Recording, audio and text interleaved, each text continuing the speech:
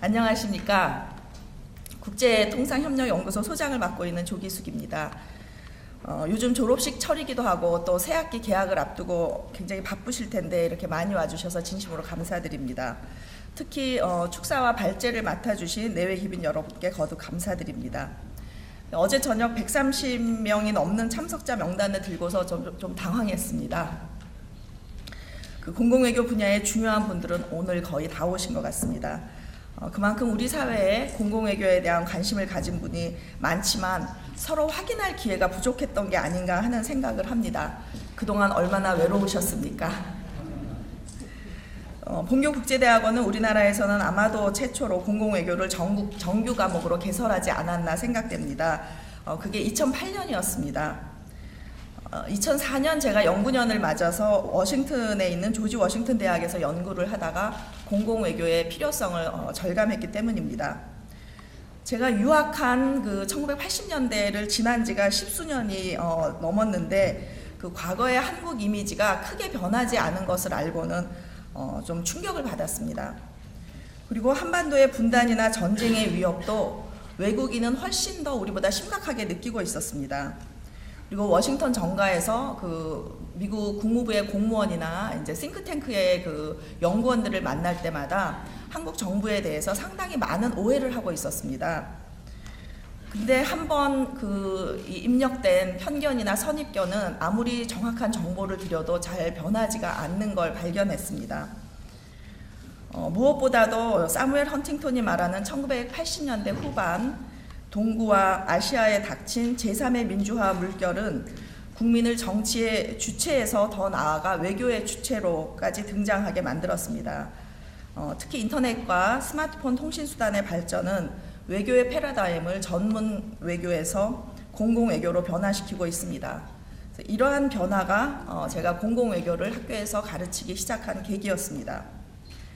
지난 며칠간 김연아, 아니 퀸연아 금메달을 빼앗긴 걸 보면서 속이 부글부글 끓으셨으리라고 생각을 하는데 아마 단지 금메달이 아까워서가 아니라 불투명하고 불공정한 심판 때문에 전 국민이 분노했다고 생각합니다.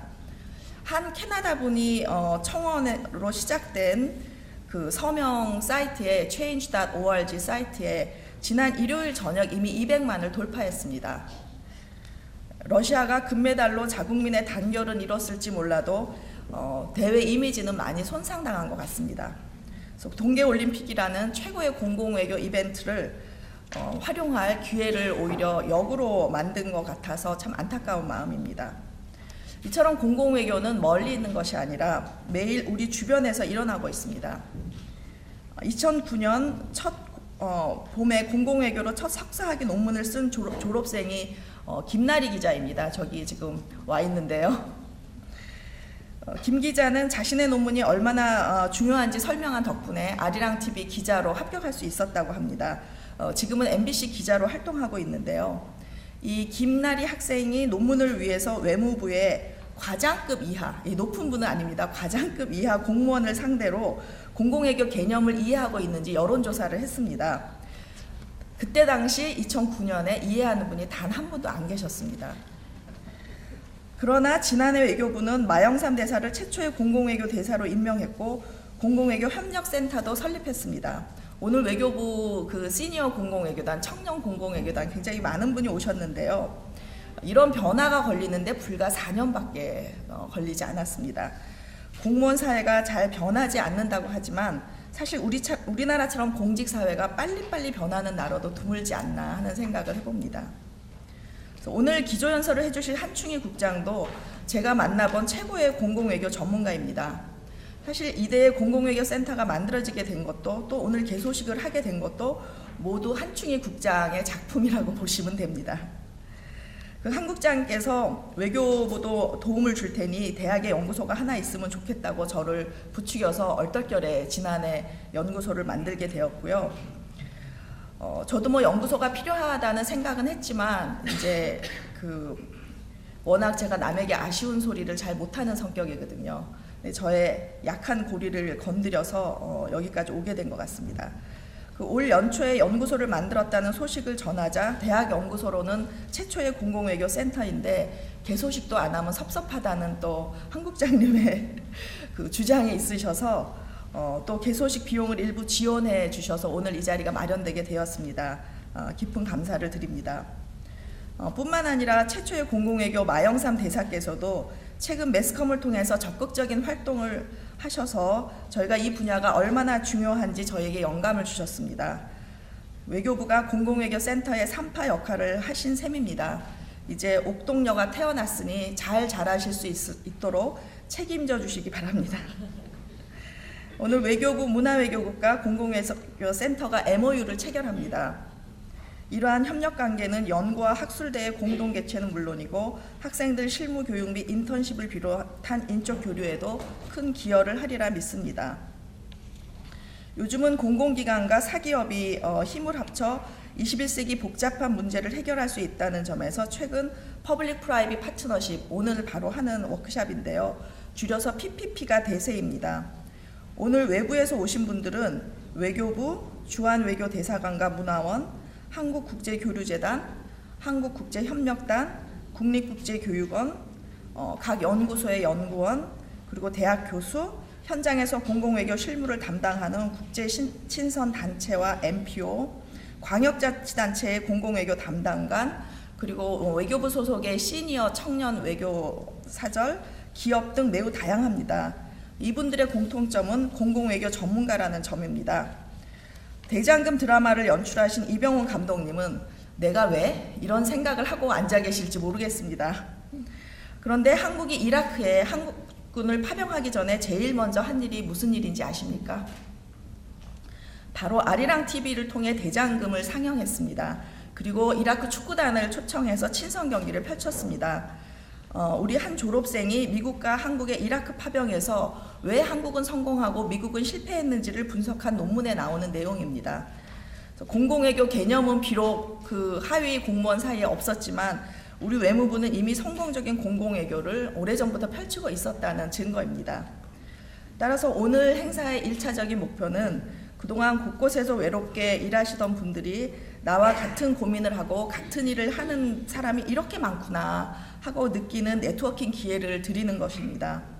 여기에 한 가지 덧붙인다면 여기 오신 분들은 미래에 우리 졸업생들을 채용할 가능성이 있는 분들입니다. 우리 학생들이 지금부터 졸업 전에 무엇을 어떻게 준비해야 할지 지혜를 나눠주시면 감사하겠습니다. 본교 국제대학원은 PPP 네트워킹 리더를 양성하겠다는 계획으로 연구재단에서 BK21 플러스 연구비를 받았고 그 연구비가 없었다면 오늘 워크샵 개최도 불가능했을 것입니다. 이 자리를 빌어 오늘 행사를 후원해 주신 교육부와 연구재단 그리고 BK 플러스 연구단의 단장으로서 오늘 행사를 공동 주최하신 김은미 국제대학 원장께도 감사를 드립니다. 사실 김문미 원장과 저는 누구 일인지 구분 없이 국제대학원에 일이 생기면 아직도 현역처럼 팔을 걷어붙이고 서로 돕고 함께 의논하며 쌍둥이처럼 일을 해왔습니다. 네, 생긴 것도 비슷해서 헷갈리는 분도 많습니다. 근데 오늘 보니까 김은미 원장님이 저보다 더 아름다우신 것 같습니다. PPP 리더가 무엇인지에 대해서는 앞으로 김은미 원장께서 자세히 설명을 기조연설에서 드릴 것입니다. 제가 센터를 설립하고 급히 개소식을 개최할 용기를 내는데 기여한 분이 한 분 더 계시는데요. 지난해 말까지 한국국제교류재단에서 저희와 함께 한독 포럼을 공동 개최하던 김태한 교수님입니다. 이분이 최근에 국립외교원으로 발령을 받으셔서 제가 이 행사를 준비하는데 가장 실질적으로 큰 도움을 받았습니다. 그래서 깊은 감사를 드립니다. 다만 한 가지 아쉬운 점은 오늘 행사에 기업 참여자가 매우 적습니다. 사실 우리 대통령이 해외에 나가면 국가 이미지 홍보는 대부분 우리 기업들이 하고 있습니다. 앞으로는 기업도 공공외교의 큰 목표와 전략의 틀에서 함께 조율하고 협력한다면 더 큰 좋은 결과를 얻을 수 있지 않을까 이런 생각을 합니다. 한 가지만 더 말씀드린다면 현재 미국에서 공공외교 분야에서 선두를 달리고 있는 USC 대학의 USC Center on Public Diplomacy의 지엔 왕 교수가 그 개소식 축하 메시지를 전달해 왔습니다. 그래서 여러분들이 보시는 자료에 맨 앞에 넣어뒀습니다. 그래서 앞으로는 해외 대학가도 협력을 통해서 우리 연구소를 한 단계 도약시키겠다는 약속을 드립니다. 오늘 축사와 발제를 맡으신 분은 잠시 후 총장님께서 특별한 감사 인사를 드릴 것이고 또 여러분들이 직접 그분들의 연설을 만나볼 기회가 있는데 그렇지 않은 내외 기부는 소개해드릴 기회가 없을 것 같아서 제가 여러분께 몇 분만 간단히 소개를 드리겠습니다. 저희가 처음 만들어지는 연구소이니만큼 다양한 사회적 대표성을 반영해야겠다는 생각에 공공외교센터 운영위원을 모두 국제학과 외부의 전문가로 모셨습니다. 그래서 바쁘신 가운데 운영위원직을 수락해 주시고 이번 행사를 함께 기획하고 또 오늘 다양한 역할을 맡아서 수고해 주시는 운영위원들을 먼저 소개해 드리겠습니다. 그 운영위원회는 기관위원과 개인위원이 있는데요. 기관위원은 기관의 보직에 의해서 역할을 맡으신 분들이고 개인위원은 이제 개인 자격으로 개인의 전문성으로 맡으신 분입니다. 먼저 외교부의 한충희 문화외교국장이십니다. 오늘의 3파이시기도 한데요.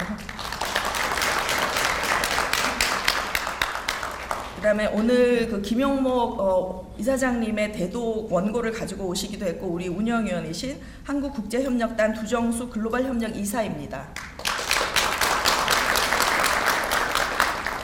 다음은 국립국제교육원 홍성수 글로벌인재 양성부장님이십니다.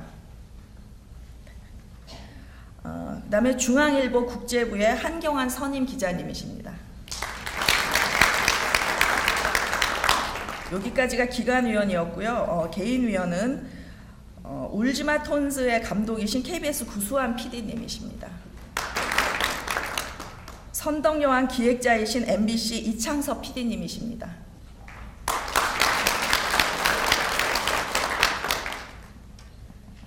본교 언론 홍보영상대학 교수이시고 홍보학회장이신 차이원 교수님 오셨나요? 예, 이따가 소개해드리겠습니다. 네, 본교 국제대학원 한국학과 교수이자 한국문화 전문가인 김영훈 교수입니다. 끝으로 그 본교 행사에 주한 외교사절이 많이 와주셨는데요. 그중 각국의 대표 한 분씩만 소개를 드리겠습니다. 먼저 Mr. Ambassador Aslan Hakan Oçal of Turkey.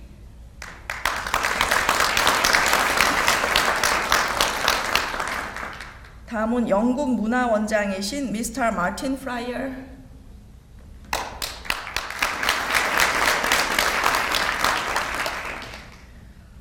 그다음에 네덜란드의 상무과 부대표이신 Mr. Jos van Dinter.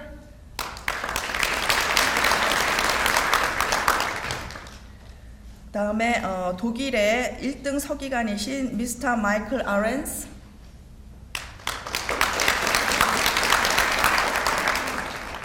예, 오늘 오신 분이 모두 내외 기부인이라서 다 소개해드리고 싶은 마음은 굴뚝 같지만 시간 관계상 그렇게 하지 못하는 걸 용서해 주시기 바랍니다. 이것으로 개회사를 마치겠습니다. 감사합니다.